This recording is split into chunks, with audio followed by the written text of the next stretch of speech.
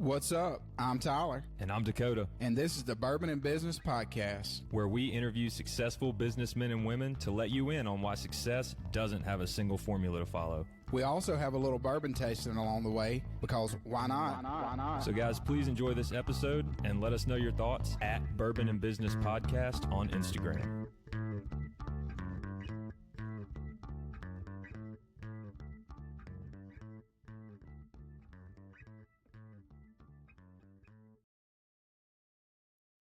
Coming to you from the Bourbon and Business Studio here at IPS in Flowood, Mississippi. I'm Tyler. And I'm Dakota. And this is the Bourbon and Business Podcast. How you doing this morning, Dakota? I'm great, Tyler. Thanks for letting us use your office. Yeah, I'm glad to do it here. I keep wanting you to say, coming to you from the Bourbon Business Studios here at my office. It is my office. I just didn't figure no one would know where my office is. That's fair. Well, maybe they should. All right. Well, you want to introduce our guest to us? I do. Today we have special guest, Gui Costin, founder and CEO of Dakota. Welcome, Gui. Thanks, Dakota. Yeah. I'm kind of curious now. Was I made in a lab? What's that? Was I made in a laboratory? Did you found me? 100%. I wonder, is that why I'm on? I don't know. I've always wondered because, I'm so perfect in every way that I had to have been created in a lab. So I'm looking forward to this podcast. Yeah. Yeah, we'll get into later in the podcast about making bad name choices. So. But what are we sipping on today? Today we're sipping on Elvis Midnight Snack. Midnight Snack. So Elvis was famous for his midnight snack. What was it? Well, I was going to say, it smells like banana pudding. Okay. What was his famous midnight snack? Do you know? Peanut butter banana? Yep. Peanut butter banana sandwich. Well, it does. Before you said midnight snack, then it made sense to me while I was smelling it, but it does smell like bananas. Banana, peanut butter, and there's one other flavor that I want you to try to see if you can taste. There's a lot of flavor going on in this. Wow, you've never taken a second sip before. I really don't know what I'm drinking right now. The secret ingredient is bacon. Bacon. Well, banana, peanut butter, and bacon. If you like Hawaiian Punch, this is probably the bourbon for you, because it is like super sweet. Like, I've never tasted a bourbon so sweet. What kind of Hawaiian Punch have you been drinking? Well, I'm saying it doesn't taste like Hawaiian Punch, but it's so sweet. Like, it gives you that like overly vibe.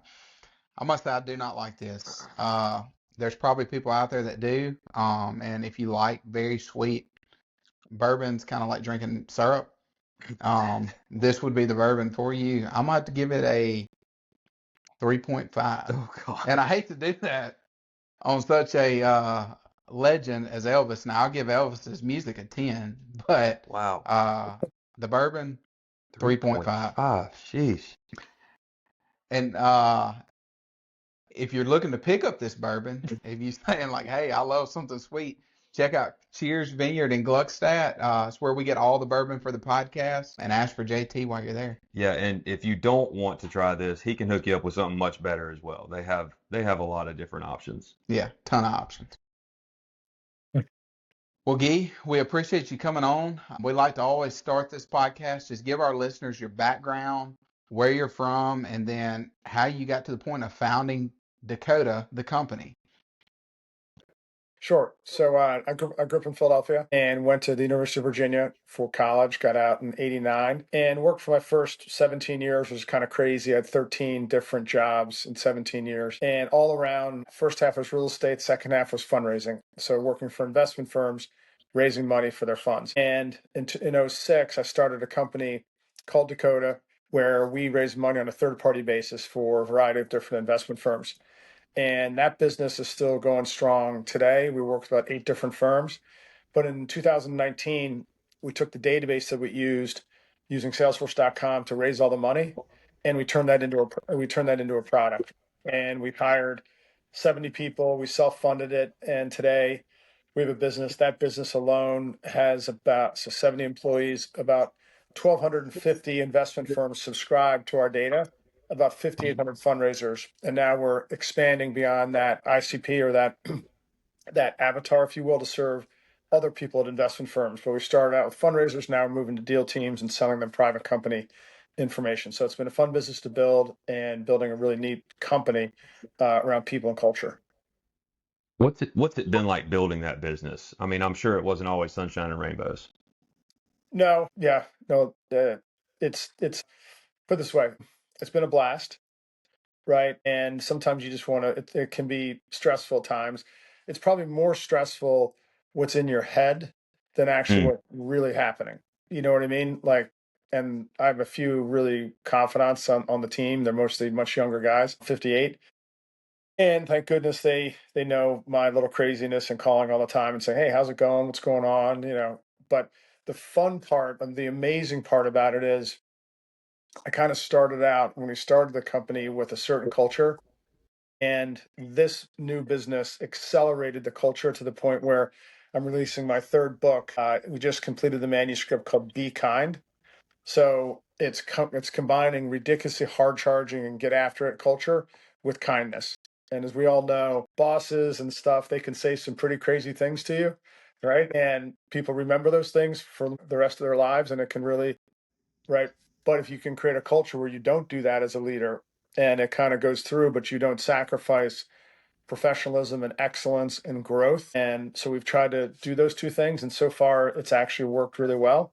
So we just got, we just came in at number 50 in small businesses by Fortune, great places to work. Nice. So that part's been really the best part, Dakota, if you know what I'm saying. Yeah.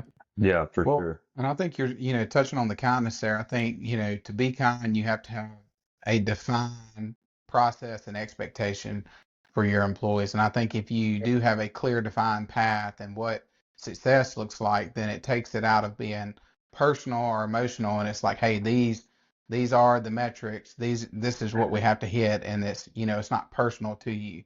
And everybody's held to the same standard. Do you see that driving your Yep. culture? Yep. Like we call them Dakota, you like this, we call them Dakota-isms. And we have I about, call mine DAC-isms, so it's around the same thing. and it's throw your hat over the wall, walk the 8 feet, don't go cowboy. We grow apples. We sell them to apple buyers. We don't try to convince orange buyers to buy apples. So all of these things that I had to put into place to create a certain behavior, just like you guys were saying. However, I did listen to a pretty interesting podcast about the Four Seasons Hotel. And this guy goes up to the barista and the guy's making him a cup of coffee. And he goes, "Do you like your job?" And he goes, yeah, I love it here." He goes, "Why?" He goes, "Because the manager comes around and asks me, how can I help you? What can I be doing better to help you?" Right. And the guy goes, "Oh, okay, cool." He goes, "Yeah, but I work at Caesars." This is in Vegas. He goes, "I also work at Caesars." And at Caesars, what they do is they always tell you what you're doing wrong. And so I walk on eggshells there. And so if you think about it, right, if you set the right expectation of treating people like an adult and you have clear expectations and they know what they have to do, like I have found that people like will work harder for acknowledgement and love, right, and being treated with respect and like as an adult, and they'll do extraordinary things, right, versus you having to manage them all the time. Like we don't have any managers, we don't have any of that stuff. It's very flat, but that's 80 employees, and it's worked really well. And we don't have a vacation policy, never have. We don't have a travel and entertainment policy. Just be an adult, take the time you need, do your thing. And so far, most people just want to stay on the ship. You know what I mean? In the early days, people couldn't handle that. It was just the whole thing was too much. And now it's kind of leveled out. And then, the number one goal of a leader, as you guys know, I believe, is to keep your best people. Right. Mhm. That's like, so how do you keep your best people? Right. Well, you make them feel really good. You treat them like adults. You know, we have hard conversations. You know what I mean? Like when things are not going the way they need to be, they go. We have we have the hard conversation. And the good news when you do that, see, in the book, I do a chapter called Nice versus Kind. I actually make a case that being nice is being unkind. Right? Because if you're nice, yeah, no, I don't really want to ruffle Dakota's feathers. I want to come in and you know what I mean? That's bad for everybody. Yep. I think there's a lot of truth there. Well, how did you land on the name Dakota? Just curious. It's the best thing possible. What kind of question is that, Tyler? It was a number of years ago. I was in Mississippi, and Yeah. no, we were out skiing in 2011. I had to rename the company, and my buddy goes, "What are you doing?" And we're skiing in, like Montana. I said, "I got to rename the company." He just looks at me and goes, "What about Dakota?" I type in dakotafunds.com. It's available. Boom, hit the bid. And that's how we did it. And then we bought Dakota.com in like 2020 Oh for man. a fortune. Yeah, we Yeah, were like the thank you only for that, buyer. by the way. I appreciate that money in my bank account. And, Full and disclosure, we that is not true. That is not true. I did not own and, the rights to that. and believe it or I not, wish I did. we were registered mark on Dakota, which is kind of crazy. I love it. That's funny. Well, let's go back. I want to touch on one more thing about the culture piece here, because a lot of people they push good culture and they have good culture and they've maintained good culture, but I know that you've had some bad hires over the years.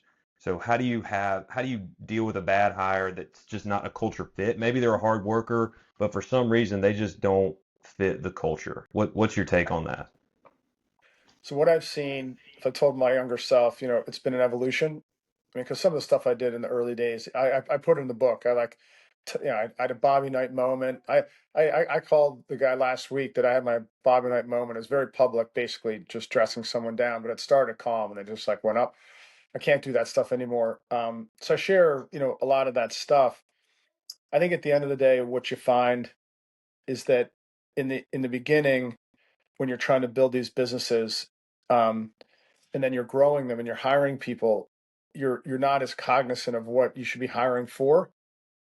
And then once you actually get that during the interview process, you sell hard on the culture and the way of treating people and the way of speaking to people. And you see that other people want to vote to be part of that or they don't. And so and some areas that I learned, like if I think not to say bad hires, but the hires that didn't work out, like we don't have a culture of like control and management and I'm a manager and this is my team, all of that. We have leaders. And so you get a few of those people, that stuff goes to their head.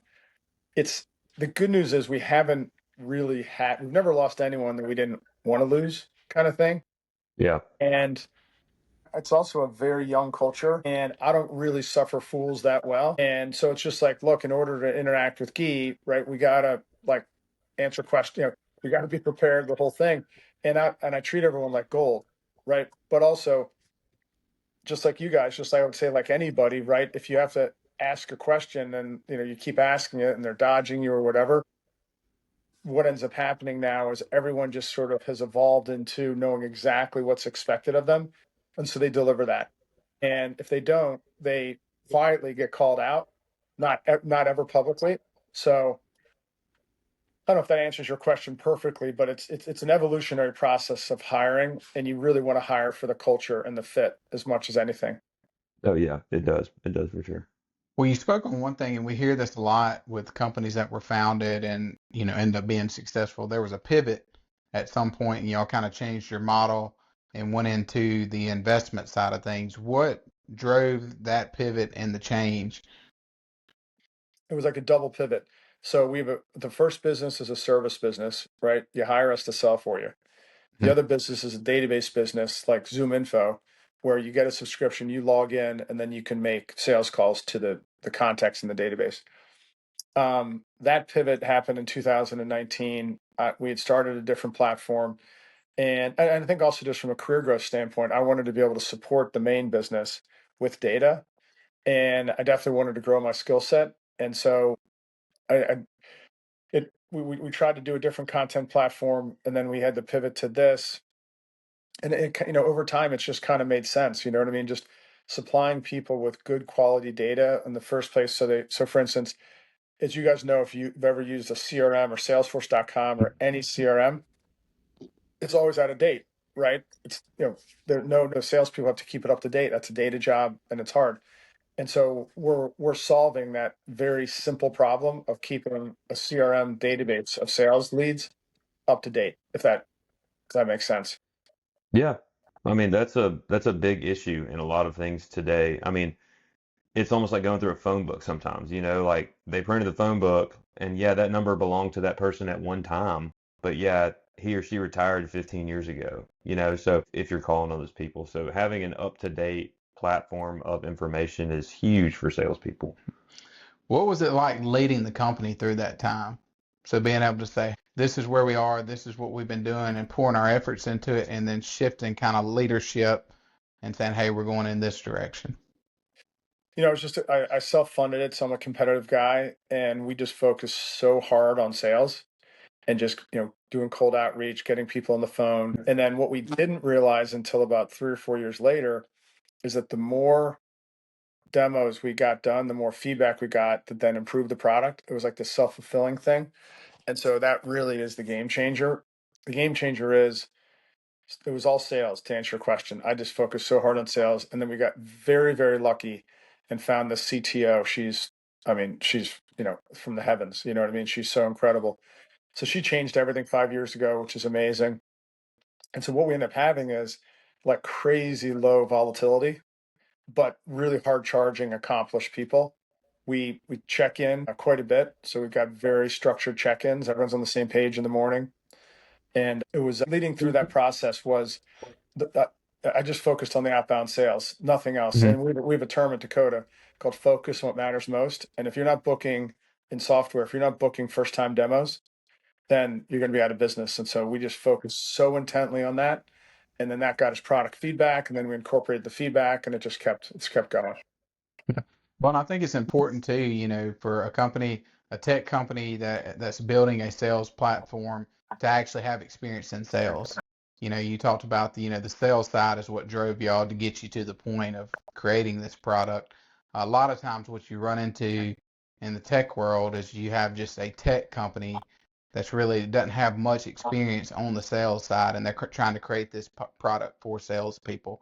Um, how did I guess that experience make y'all different from the other products that are out there? Well, since we're fun, so we're the customer of the database, our service business. And so we are the number one user of it. And then, Mhm. 5,800 people use it. But the whole goal was to do the sales, get the feedback, improve the product, and it's been extraordinary how we've been able to do that. But I agree with you. There's a lot of people that are in the tech world that don't actually believe in sales or they don't come from that sales background. And the way we competed against a lot of the competition is the more feedback we got. So think of like most of our competition. Let's say we have 5 competitors, and think of 5 golf bags. Okay, all of our competitors have 4 clubs. They 4 different clubs, right? We have 14. So we're a complete database, a complete set of clubs, whereas everyone else served, it's like, hey, you got a really good sand wedge and driver, right? But you still need your 5 iron and 6 iron and 9 iron, all that stuff. And so, but they were just like specialists in these different verticals. And then we just went in and slowly like start with 1 club, start with 2, 3, and now we're 14. And it's the best way I can tell you for maybe not knowing our business perfectly. That's how we were able to win. So now we become a one-stop shop versus you having to buy 4 golf bags of 4 clubs each. That makes sense. Yeah, for sure. Well, tell us a little bit about your books. Millennials Are Not Aliens. I love the title of that one. And then The Dakota Way, another great title. So thank you. Millennials Are Not Aliens was just written in 2019 to teach the older generations above millennials that millennials are not actually By aliens. Tyler. They're just like every other generation. It's just like every other generation, but every generation that came before it thinks they're entitled. And because that millennial generation was the perfect intersection of growing up analog versus digital, and millennials are really digital first. And so we had to explain, and it was funny about that book is COVID hit pretty quickly after it was released, and it forced us all into video and Zoom and all this stuff. And so we've all gotten a lot more comfortable shooting video podcasts, just like we're doing right now, which is really the point of the book. And then the Dakota Way is our sales process.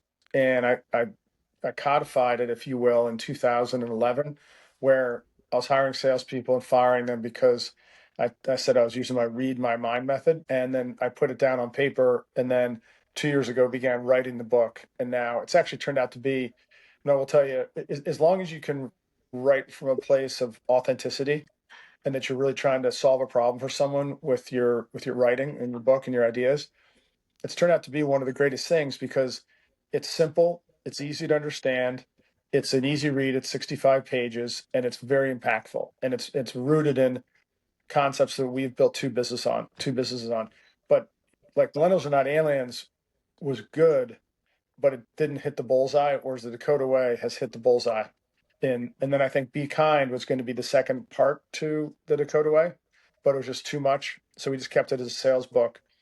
Be Kind is a leadership lessons learned. I hate to say a culture book because it's really leadership lessons learned because I'm not perfect. I've made so many mistakes. Everyone, just like you guys are sitting here, right? I don't know exactly what you guys do for a living, but if you have a boss, you've had a boss in the past, and you have a leader, and you know how people use words to treat you, right? And a lot of times the words don't feel that good, or you're kind of always being beaten up, or everything's always wrong, and it's exhausting. And no one wants to work in a place like that or for people like that, right? And that's the story I'm trying to tell through lessons learned, like not perfection, not from the ivory tower. And that's going to be that's the third book. And that one, man, you really need to, you know, open up your brain and thoughts because you do have to deal with some thorny past experiences. Well, tell our listeners a little bit about, because we get this a lot, what are some traits that you see in the most successful salespeople that you've hired? So I typically hire athletes, typically Division I lacrosse players, team athletes. I was a college golfer. College golfers can work. It's just the team aspect is a little bit better because you're told how great you are if you're a really good junior and college golfer. If you're a lacrosse player, hockey player, football player, you're told how much you suck. And because that's the coaching style, and they keep you in line that way.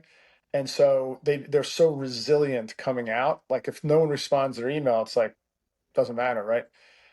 So the characteristics are the DNA of resiliency, a commitment to sending cold emails, because I believe cold outreach is one of the best lessons you can learn because it allows you then to reach into places that most people wait for referral. And then being very organized, you always use a CRM to organize all your information, be very disciplined there, but then just be relentless, right? And don't take things personally and then pivot and make changes to your emails and change and always be pivoting, always trying to be growing.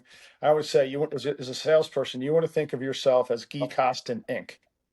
And you want to pretend, even though you're a single salesperson, you want to act like a big company in terms of processes and structure and discipline. Don't just wing it just because you're just one salesperson. Take professionalism to the highest level possible. That's a good word. Yeah, for sure. And what are some of the, I guess, biggest obstacles you've seen for salespeople that you've hired that's, kind of been the make or break thing for them that they haven't been able to overcome?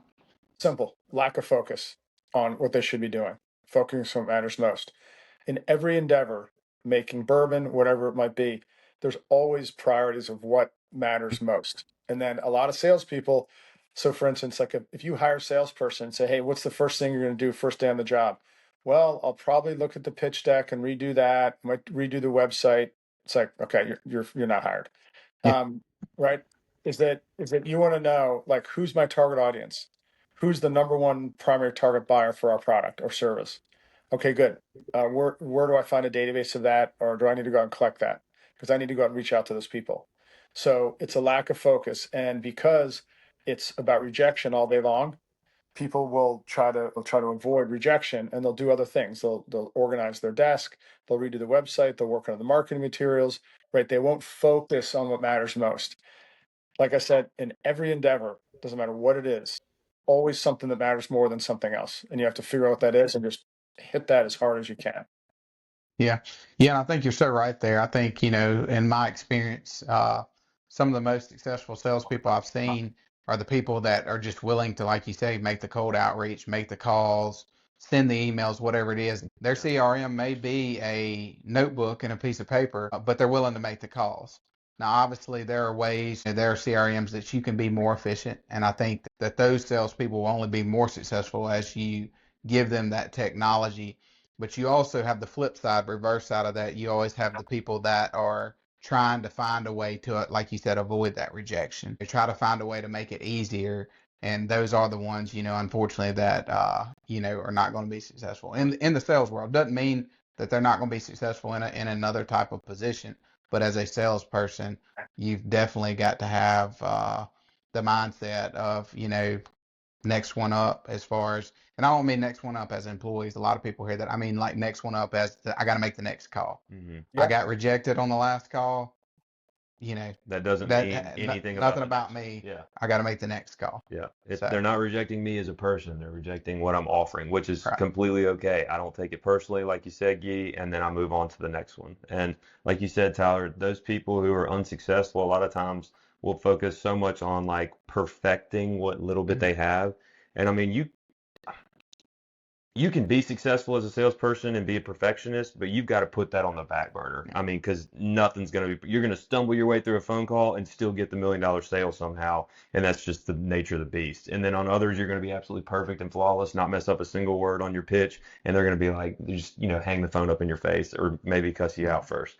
I mean, there's no rhyme or reason to it, which is honestly like the beautiful thing about the process and something you can fall in love with is what's the next one going to be like? How is this next interaction going to go? And can I trust my internal skills and my instincts enough so that I can react properly on the phone?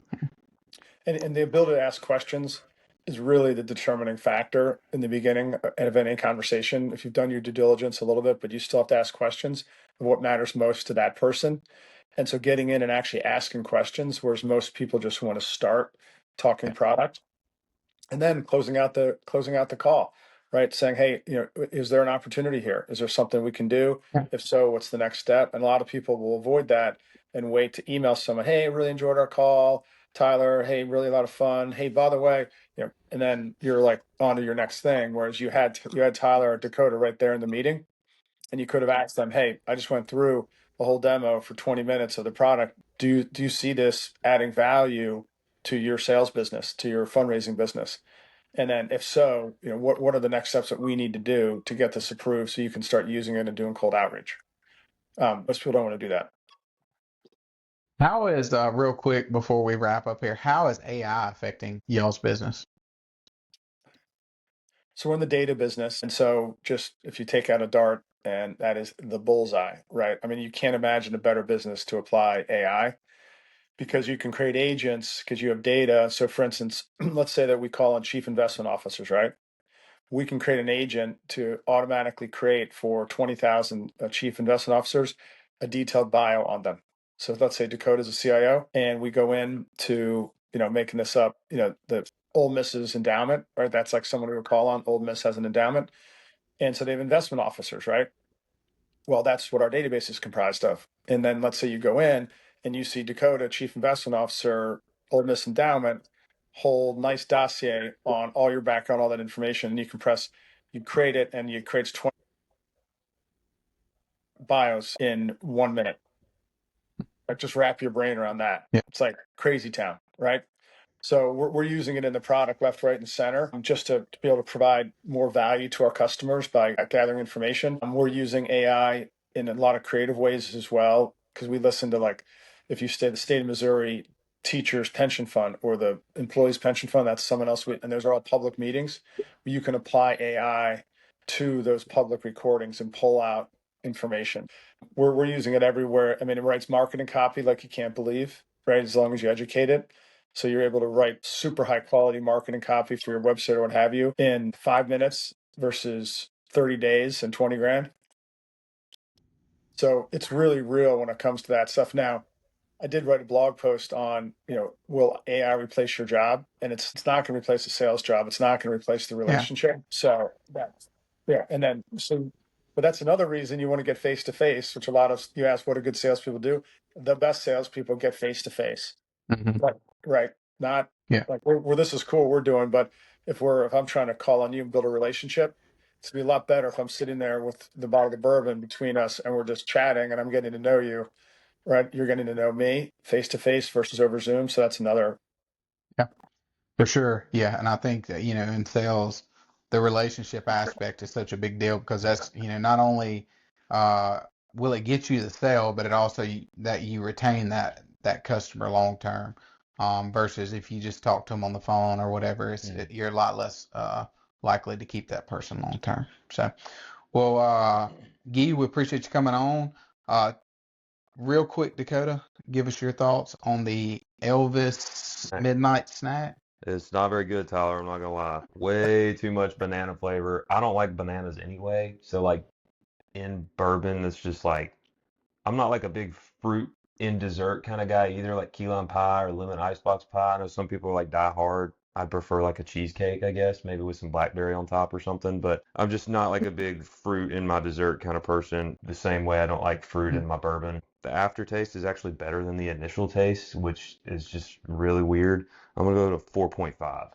So 4.5. So we'll land at a 4.0 for the Elvis Midnight Snack. Like I said, your taste buds may be different than ours. If you like something sweet and you like bananas, this may be yours. You may love it. The King may have loved this. I don't know, but I do not. No, I don't think so. But still pick you up a bottle if you like that type. And then tell our listeners, what's the best way for them to connect with you and find you? You can either find me at my first and last name, GuiCostin.com. And if you want a copy of my book, The Dakota Way, just email me, guy@dakota.com. I'll send you a signed copy. And then dakota.com is our website and all of our information and all this stuff. So we'd love to hear from you. And you guys are two super cool dudes. I really appreciate you having me on. Yeah, glad to have you on. Likewise. Well, to all our listeners, however you stream this podcast, if you would give us a rating and follow us on social media, and we will see you next week. Hope you guys enjoyed this episode. If you have any feedback or would like to be featured, reach out to us at bourbonandbusinesspodcast@gmail.com. Or find us on Instagram at Bourbon and Business Podcast. Thanks again for listening. Follow us for more content and info on the next episode.